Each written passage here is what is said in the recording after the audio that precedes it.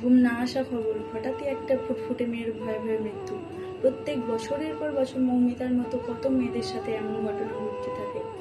এই সমাজটা যেন একটা নির্লজ্জজনক সমাজ হয়ে উঠছে। এই 2024 সালে দাঁড়িয়েও যদি এখনো রেপ হচ্ছে, তাহলে এরপরেও যে হবে না তার তো কোনো মানে নেই। একটা জুনিয়র ডাক্তারের সাথে যদি এমনটা হতে পারে, তাহলে এই ঘটনা দিনের পর দিন কত মানুষজনের সাথে হয়ে যাচ্ছে।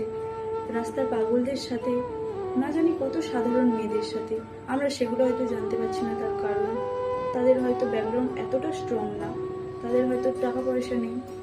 এখনো তারা সবাই ড্রেস নিয়েও সমস্যা। কেন এরকম সমস্যাটা হবে কেন? একটা মেয়ে যদি রাস্তায় হাঁটুর উপর ড্রেস পরে বেড়ায়, তাতেও রাস্তার কত মানুষদের কাছ থেকে খারাপ খারাপ টোনটির কথা শুনতে হয়। কেন আমাদের মেয়েদের কি কোনো নিজস্ব স্বাধীনতা নেই? আমরা কি নিজেদের মতো জামা কাপড় পরে বেরোতে পারি না নাকি? আসলে কি জানেন তো, আপনাদের মানসিকতাটাই খারাপ, তাই আপনারা মেয়েদেরকে ভালো চোখে দেখতে পারেন না। আসলে এখানে ড্রেসটা কোনো ম্যাটার করে না।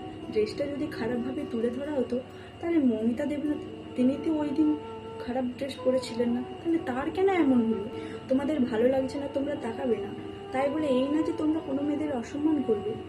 এই রেপ জিনিসটা বন্ধ করতে হলে আগে নিজেদের মেন্টালিটিটা ঠিক করতে হবে। একটা মেয়ে নিজের পরিবারের থেকে বাইরে গিয়ে ভালো পড়াশোনা করে ভালো রেজাল্ট করে ডাক্তার হওয়ার স্বপ্ন দেখছিল, কিন্তু ধর্ষকের লালসা তাকে মৃত্যুর পথ দেখালো। আজ 78তম স্বাধীনতা দিবস, আজকের দিনে এসেও মেয়েরা স্বাধীনতা পায়নি, তাহলে আমরা কবে স্বাধীনতা পাবো? এই দেশে কি শুধু ছেলেদেরই সুস্থভাবে বেঁচে থাকার অধিকার আছে? আমাদের মেয়েদের কি নেই? সকল মেয়েদের উদ্দেশ্যে আমি বারবার একটা কথাই বলতে চাই, তোমরা সবাই প্রতিবাদ করো। আমরা মৌমিতা দেবনাথের জাস্টিস চাই। আমরা সবাই সবার পাশে থাকবো। সরকার যেন এর একটা পদক্ষেপ নেয়।